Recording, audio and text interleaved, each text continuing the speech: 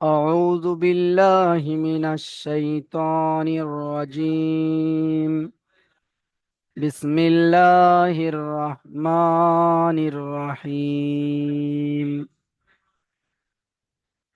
দেখেন আজকে আমরা পড়ব সবক নাম্বার 11, তাসদিদের পড়া। তাসদিদ, এখানে তিনটি বিষয় আপনাদেরকে আমি বলে দেব। আপনারা এই তিনটি বিষয় অবশ্যই করে মনে রাখবেন। দেখেন, প্রথমে আপনারা তাসদিদ যে চিহ্নটা রয়েছে এই চিহ্নটা আপনারা চিনে নেন, দেখে নেন। তাসদিদ দেখেছেন, দাঁতের মতো চিহ্ন দেখেছেন। এই যে চিহ্নটা আমি তৈরি করলাম, এইটার নাম হলো তাসদিদ। এটার নাম হলো তাসদিদ। তারপরে দেখেন, তিনটি বিষয় আপনাদেরকে বলবো। প্রথম নাম্বার বিষয় হলো এই তাসদিদ যেই অক্ষরের উপরে আসবে সেই অক্ষরকে দুবার উচ্চারণ করতে হবে। এই তাসদিদ যেই অক্ষরের উপরে আসবে সেই অক্ষরটাকে দুবার উচ্চারণ করতে হবে। বুঝতে পেরেছেন? প্রথম নাম্বার বিষয় মনে রাখতে হবে।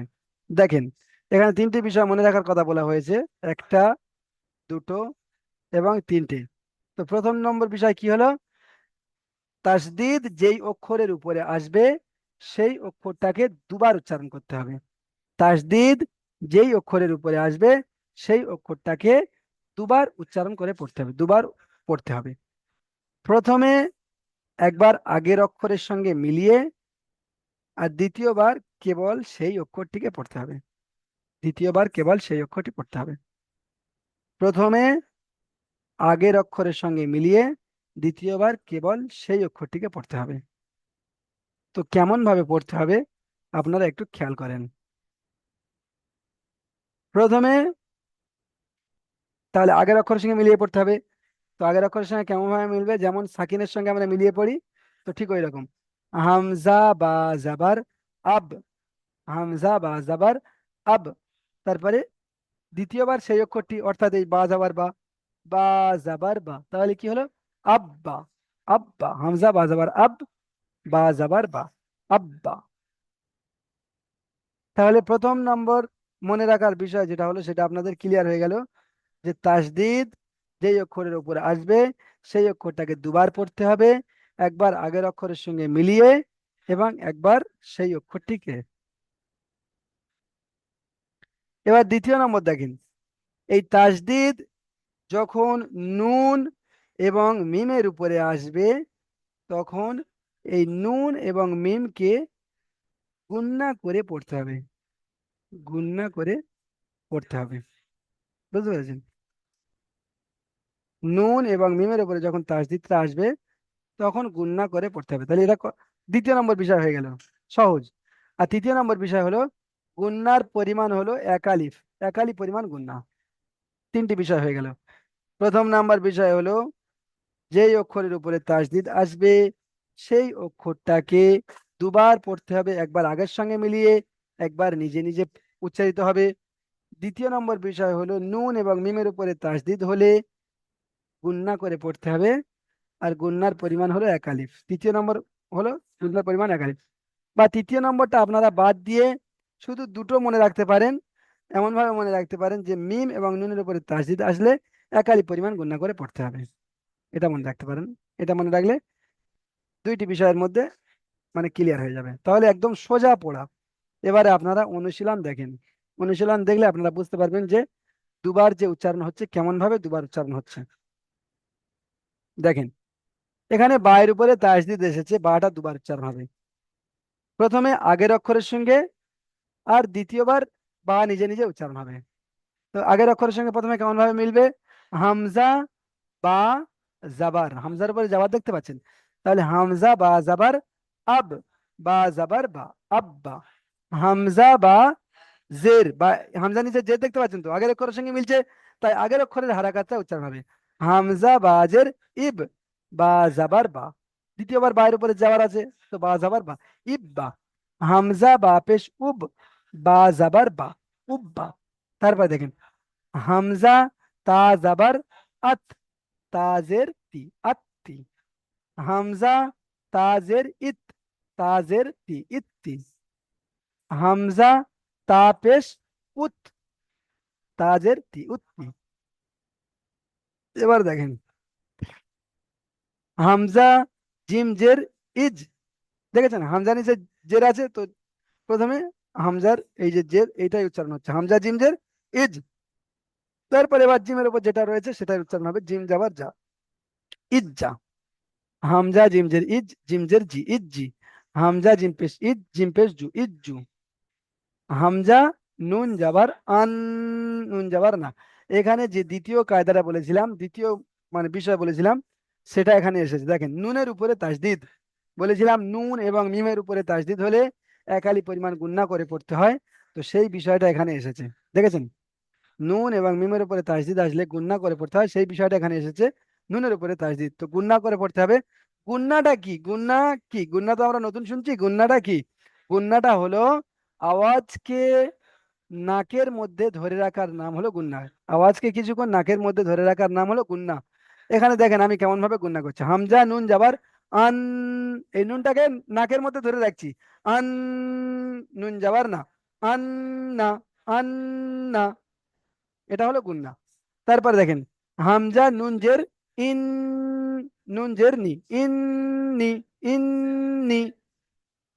শেষে কিন্তু টান হবে না, যে ইন্নি বলে টান করবেন, টান হবে না, গুন্না হবে ইন্নি। তারপরে দেখেন, হামজা নুনজের ইন, তারপরে নুন আলিফ জাবার না, ইন, না। এখানে টানটা কেন হচ্ছে? এখানে আলিফ মাদ্দা হয়ে যাচ্ছে, নুন আলিফ জাবার না, আলিফ মাদ্দা হয়ে যাচ্ছে। আলিফের ডান দিকে যাবার হলে আলিফ মাদ্দা, আলিফ মাদ্দাকে এক আলিফ পরিমাণ ডান দিয়ে পড়তে হয়, তাহলে এখানে আলিফ মাদ্দা হয়ে যাচ্ছে এবং নুনটা গুন্না হবে, গুন্না প্লাস টান, গুন্না প্লাস টান। দেখেন, ইন্না, ইন্না। আচ্ছা, এবারে আপনারা তৃতীয় নম্বর লাইন দেখেন, তৃতীয় নম্বর লাইন এখানে এসেছে, জিম বা যাবার জাব বা যাবার বা জাব বা, জিম বা জের জিব বা যাবার বা জিব বা, জিম বা পেশ জুব বা যাবার বা জুব বা, জিম, জিম বা যাবার জাব বা জের বি, জাব বি। জিম বা জের জিব বা জের বি, জিব বি। জিম বা পেশ জুব বা জের বি, জুব বি। একদম সহজ পড়া। তারপর দেখেন, ফা আইন যাবার ফা, আইন যাবার আ, ফা আ, ফা আইন যাবার ফা, আইন যাবার আ, ফা আ। তারপর দেখেন, ফা আইন যাবার ফা, আইন আলিফ যাবার আ, ফা আ, ফা আ।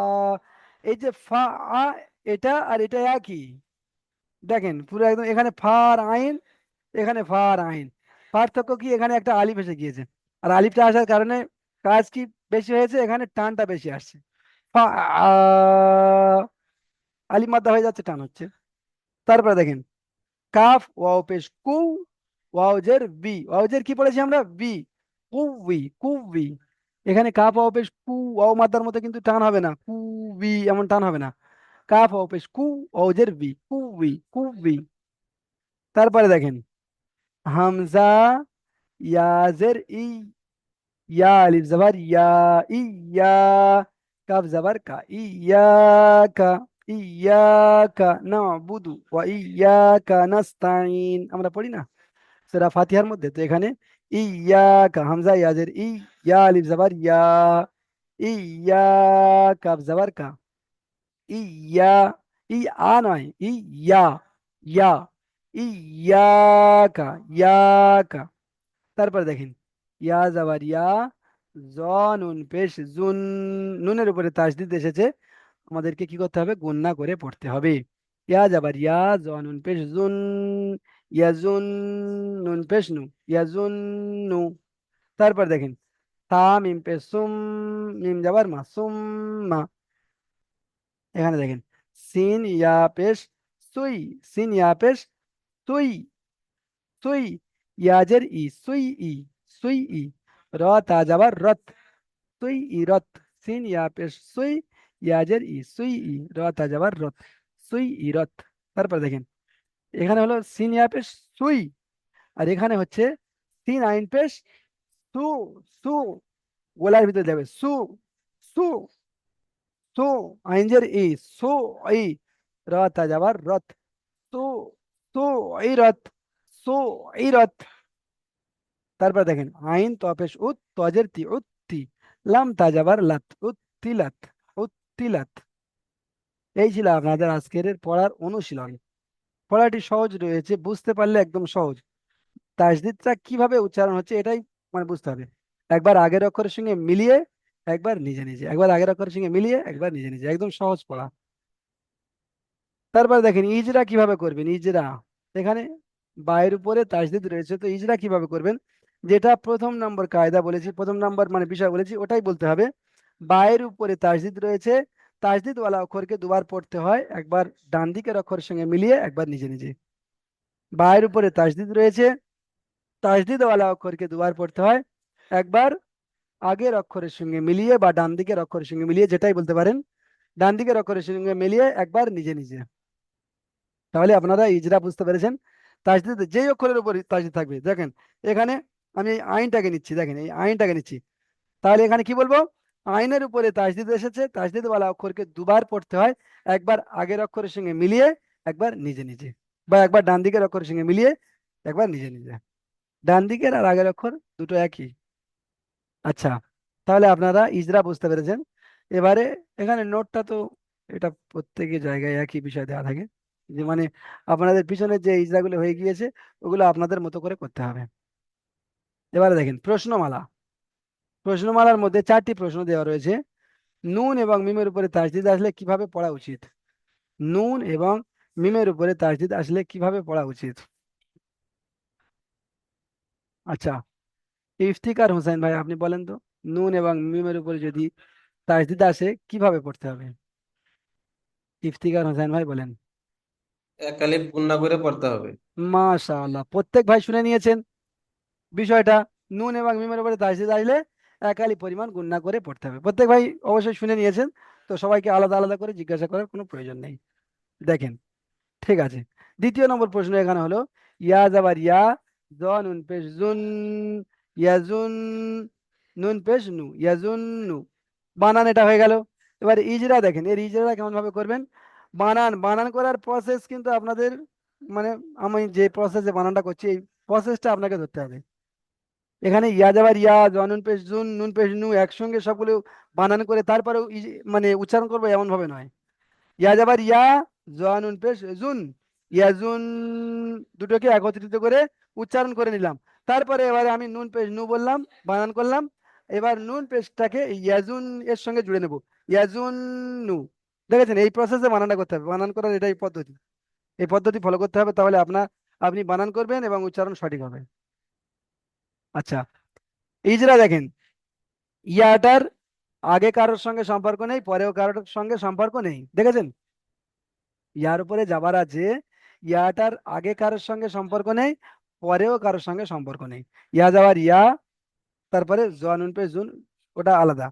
তাহলে ইয়ার উপরে যাবার আছে, যাওয়ারটি হলো হারাকাত, হারাকাতে পড়াকে তাড়াতাড়ি পড়তে হয়, টান দেওয়া নিষেধ। বুঝতে পারছেন, এটা হয়ে গেল। এবারে এই জটা কি আমি জর উপর পেশ আছে এমন ভাবে বলবো, নাকি পরেরটা বলবো। দেখেন, জটার কিন্তু পরের সঙ্গে সম্পর্ক রয়েছে, জটা পরের সঙ্গে সম্পর্ক রয়েছে, বুঝতে পেরেছেন। জটা নুনের সঙ্গে যুক্ত হচ্ছে, নুন পেশ জুন। তাহলে জটা নুনের সঙ্গে যুক্ত হচ্ছে, এর পরের সঙ্গে কি আছে, সম্পর্ক আছে। তাহলে আমি জটাকে বাদ দিয়ে কোথায় চলে যাব, নুনে চলে যাব। নুনের উপরে তাসদিদ আছে, তাসদিদ ওয়ালা অক্ষরকে দুবার পড়তে হয়, একবার আগের সঙ্গে মিলিয়ে, একবার নিজে নিজে। আর এখানে এই বিষয়টা মাথায় রাখতে হবে যে নুন তাসদিদকে একারি পরিমাণ গুণনা করে পড়তে হয়। তাহলে ইয়াজুন্নু, ইয়াজুন্নু, তারপরে বলতে হবে নুনের উপরে পেশ আছে, পেশটি হলো হারাকাত, হারাকাতে পড়াকে তাড়াতাড়ি পড়তে হয়, টান দেওয়া নিষেধ। এটা না বললেও চলবে, কারণ এখানে তাসদিদ এর যখন ইজরা করছেন তখন দুটোই হয়ে যাচ্ছে। আচ্ছা, 3 নম্বর প্রশ্ন। এই 3 নম্বর প্রশ্নের উত্তর, এই কাজী বর্ধমান ভাই আপনি আসেন। কাজী বর্ধমান ভাই আপনি বলেন, আপনি হ্যাঁ, বলেন। আসসালামু আলাইকুম। ওয়ালাইকুম আসসালাম। বল। হরফে কলকলা কয়টি ও কি কি বলেন। হরফে কলকলা, হুরুফে কলকলা 5টি। হ্যাঁ কি কি। কফ, হ্যাঁ, ত, হ্যাঁ, বা, জিম, দাল। মাশাআল্লাহ, প্রত্যেক ভাই পরিষ্কার ভাবে শুনতে পেয়েছেন যে কফ, ত, বা, জিম, দাল। তাহলে আপনারা সবাই খেয়াল করবেন যে হুরুফে কলকলা হলো 5টি। এবারে আপনারা দেখেন এখানে ইজরা যে আমাদের ধারাবাহিক ভাবে চলে আসছিল, সেই ইজরার তিনটি মানে অক্ষর এখানে চলে এসেছে, জিম, শিন এবং ইয়া। এই জিম, শিন এবং ইয়া এই তিনটি কিন্তু একই জায়গা থেকে বের হয়, এই তিনটি অক্ষর একই জায়গা থেকে বের হয়। যে সমস্ত ভাইয়েরা পড়ে মুখস্থ করবেন, সেই সমস্ত ভাইয়েরা কিতাবের শুরুতে দেখবেন একটা জায়গায় আছে জিম, শিন, ইয়ার মাখরাজ লেখা রয়েছে, যেটা আপনাদেরকে এর আগেও দেখিয়েছি, আপনারা ওখান থেকে দেখে নেবেন। আর যে সমস্ত ভাইরা পড়তে পারেন না তাদের জন্য আমি এখানে একবার বলে দিচ্ছি, আপনারা শুনে নেন। রেকর্ডিং এর এখানে প্রায় 15 মিনিট হয়ে গিয়েছে, 15 মিনিটের কাছে আপনারা গিয়ে শুনে নেবেন ইজার এই মাখরাজের মানে এটা উচ্চারণটা। মাখরাজ ইয়ে জিম শিন ইয়ার মাখরাজটা, জিম শিন ইয়ার মাখরাজ হলো জিভের মাঝখান, জিহ্বার মাঝখান, ওই সোজা উপরের তালু, ওই সোজা উপরের তালু। কেমন ভাবে উচ্চারণ হবে? আজ্জে, আজ্জে, ইজ্জে, উজ্জ। দেখেছেন জিমটার উচ্চারণ কেমন ভাবে হচ্ছে? আজ্জে। জিমটা জিভে জিহ্বার যে বিষ খান ওটা উপরের তালুর সঙ্গে গিয়ে চেপে উচ্চারণটা হচ্ছে আজ, ইজ, উজ, আজ, ইজ, উজ, আশ, ইস, উস, আশ, ইস, উস। তারপরে আই, আই, বাই। দেখেছেন? আই, বাই। ইয়াটা গিয়ে ওখানে চেপে যাচ্ছে, জিহ্বার বিষ খান উপরের তালু। এগুলো একটু প্র্যাকটিস করতে হবে। তাহলে এই ছিল আজকে আপনাদের সবক নাম্বার 11 পড়া। এই পড়ার মধ্যে যদি কোনো কারোর প্রশ্ন থেকে থাকে আপনারা বলেন, হাত তোলেন, 1 মিনিটের মধ্যে আপনাদের প্রশ্নের উত্তর দেওয়া হবে। বলেন, 1 মিনিট সময় দেওয়া হলো। কোন জায়গাটা বুঝতে পারেননি বা কোন উচ্চারণটা আরো একবার বলে দিলে ভালো হয়। কেউ এমন বলবেন না যে হুজুর আমি দেরিতে এসেছি আরো একবার বুঝিয়ে দেন, এটাই কেউ বলবেন না। আপনারা মানে কোন জায়গাটা সমস্যা হচ্ছে সেটাই বলেন, সেই জায়গাটা বুঝিয়ে দেওয়ার চেষ্টা করবো। আচ্ছা, আশা করি প্রত্যেকেই বুঝতে পেরেছেন। তবুও আমি এই তাসদিদের বিষয়টা আরো একবার বলে দিচ্ছি, যে সমস্ত ভাই এখনো পর্যন্ত বুঝতে পারেননি। দেখেন, তাসদিদ যে অক্ষরের উপরে থাকবে সেটাকে দুবার উচ্চারণ করতে হবে, একবার আগের সঙ্গে, একবার নিজে নিজে, একবার আগের সঙ্গে, একবার নিজে নিজে। এটাই হলো এই পড়ার আজকের মেন বিষয়। আর একটা ছোট সাইডের বিষয় এসেছে, সেটা হলো নুন এবং মিমের উপরে তাসদিদ থাকলে একালি পরিমাণ গুণনা করে পড়তে হয়। এটা একটা ছোট্ট বিষয়। তাহলে দুটো বিষয় আজকে পড়া হলো, দুটো বিষয়, নুন এবং মিমের উপর তাসদিদ থাকলে একালি পরিমাণ গুণনা করে পড়তে হয়, এটা একটা বিষয়। আর যেই অক্ষরের উপর তাসদিদ থাকবে সেটা দুবার উচ্চারণ হবে, একবার আগের সঙ্গে, একবার নিজে নিজে, একবার আগের সঙ্গে, একবার নিজে। তাহলে আমি বুঝতে পারছি যে এখানে প্রত্যেকেই পড়া বুঝতে পেরেছেন। আপনারা দ্বিতীয় লিঙ্কে ক্লিক করে আবার আসেন।